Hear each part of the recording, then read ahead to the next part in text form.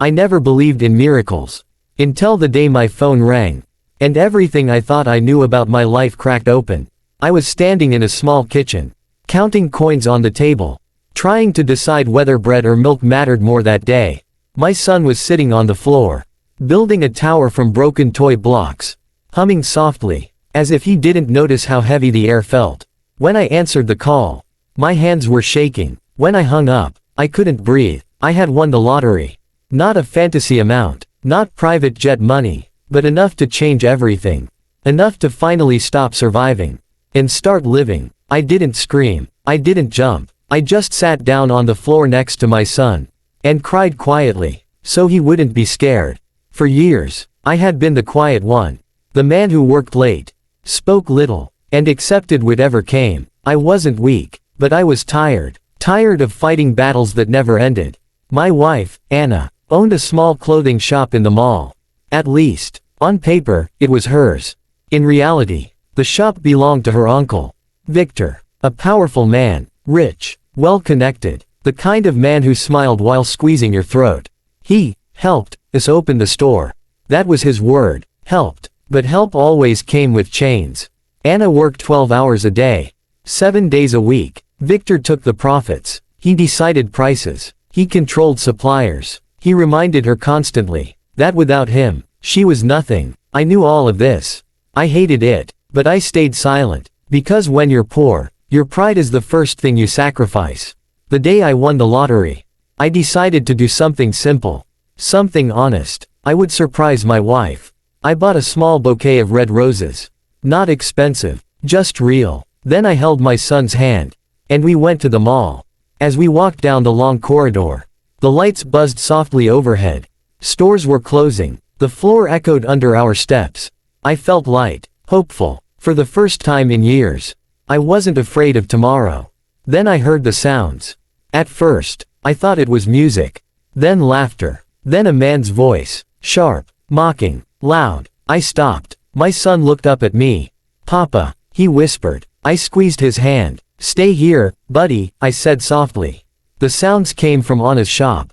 I stepped closer. Slowly, quietly. Through the glass, I saw Victor. He was standing inside, leaning against the counter, smiling the way he always smiled when he felt powerful. Anna stood in front of him, her shoulders tense, her hands clenched. "You think this store is yours?"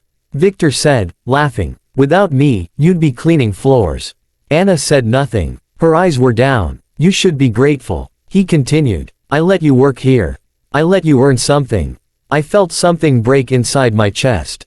I wanted to storm in, to shout, to hit him, but I didn't. I stood there, holding roses, listening to my wife being crushed, and feeling completely helpless. Victor stepped closer to her, lowered his voice. "And remember," he said, "if your husband ever gets ideas, I can shut this place down in one phone call."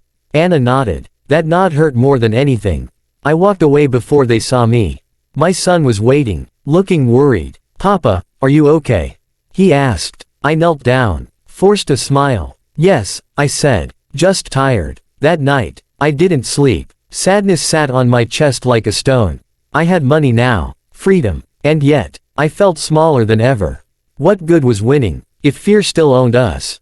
The next morning, I woke up early, made coffee, watched the sunrise. I didn't rush. I didn't panic. For years, I had learned patience the hard way. When you have nothing, you learn to wait. I called a lawyer, then another, then an accountant. By noon, I understood everything. Victor didn't own the store. He owned the fear. The contracts were illegal. The profit arrangements were abusive. Anna had rights, more than she knew. But justice doesn't like noise. It likes preparation. For weeks, I stayed quiet. Victor noticed the change. He always did. "You seem relaxed," he said one day, smiling suspiciously. Something happened. I shrugged. "Life," I said. He laughed. "Still poor, huh?" I smiled back. "Still patient," I thought.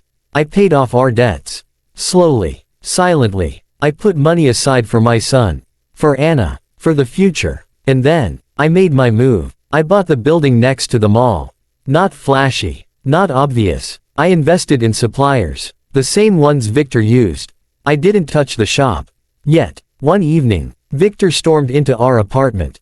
"You think you're clever," he shouted. "Suppliers won't answer my calls.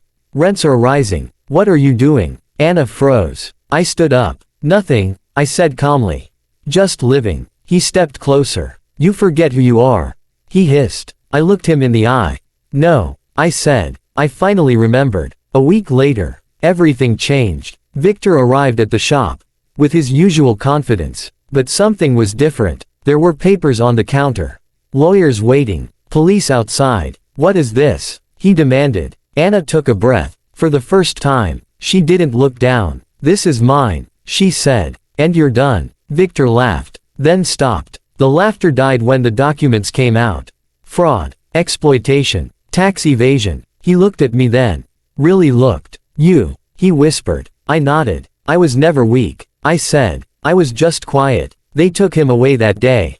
Not in handcuffs, but stripped of power, of influence, of control. My son held my hand tight. "Papa," he said softly. "Did we win?" I knelt down, smiled through tears. "Yes, buddy, we did. But the real win wasn't the lottery.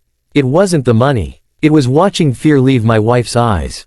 It was standing tall, without shouting, without violence. Justice doesn't always roar. Sometimes, it waits. And when it arrives, it's quiet, clean, and final."